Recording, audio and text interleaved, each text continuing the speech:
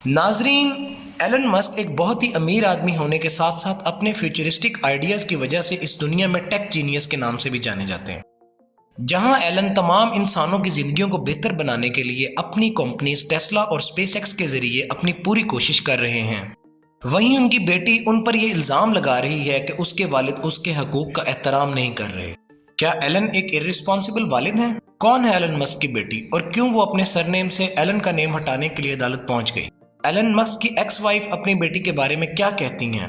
آج اس ویڈیو میں ہم ہر وہ بات جانیں گے جس کا تعلق ایلن مسک کی بیٹی کے ساتھ ہے۔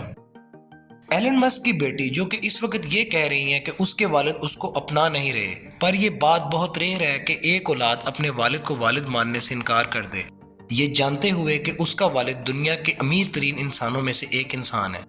یہ بات سوچنے لائق ہے، پر ایسا ہو رہا ہے۔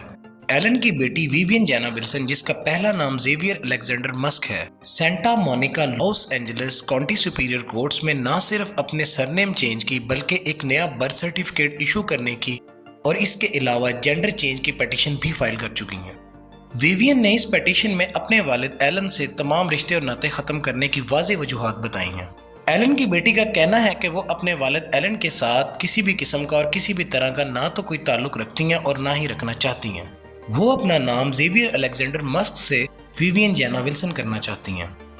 جیسا کہ آپ دیکھ سکتے ہیں، اس نے اپنے والد کا سر نیم ہٹا کر اپنی ماں کا لاسٹ نیم جینا ولسن رکھ لیا ہے۔ یہاں آپ کو ایک بات بتاتے چلیں کہ ایلن مسک کی بیٹی کا ایک جڑواں بھائی بھی ہے۔ جی ہاں، ایلن مسک کے یہ دونوں بچے ویوین اور اس کا بھائی گریفن 2004 میں ٹیک بلینئر ایلون مسک کے گھر پیدا ہوئے۔ ایلن کی بیٹی نے اپلیکیشن مئی 2022 میں دی جب وہ 18 کی عمر کو پہنچی۔ بہت سے لوگ اس 18 سالہ لڑکی کی دی گئی ریزنز کو لے کر اس سے اتفاق نہیں کرتے۔ کیوں ایلن کی بیٹی اس سے اپنے تمام رشتے اور ناطے ختم کرنا چاہتی ہیں؟ پچھلے کچھ ہفتوں سے ایلن کے رویہ کافی چینج نظر آ رہا ہے اور ایلن نے اپنے الائنسز ڈیموکریٹک پارٹی کے ساتھ ختم کر کے ریپبلکن پارٹی کے ساتھ جوڑ لیے ہیں، جو کہ ٹرانسجینڈرز کے رائٹ کو پورے USA میں لمیٹڈ کرنے کی مسلسل حمایت کر رہی ہے۔ بہت سے لوگ اس بات پر طنز کرتے ہیں کہ ویوین ایک ٹرانسجینڈر ہے، اور ایک ٹرانسجینڈر ہونے کی وجہ سے ویوین اپنے والد سے خوش نہیں ہے، کیونکہ اس کے والد ایک ایسی پولیٹیکل پارٹی کو سپورٹ کر رہے ہیں جو ویوین کے اپنے ہی رائٹس کو سارے USA میں لمیٹڈ کر دیں گے۔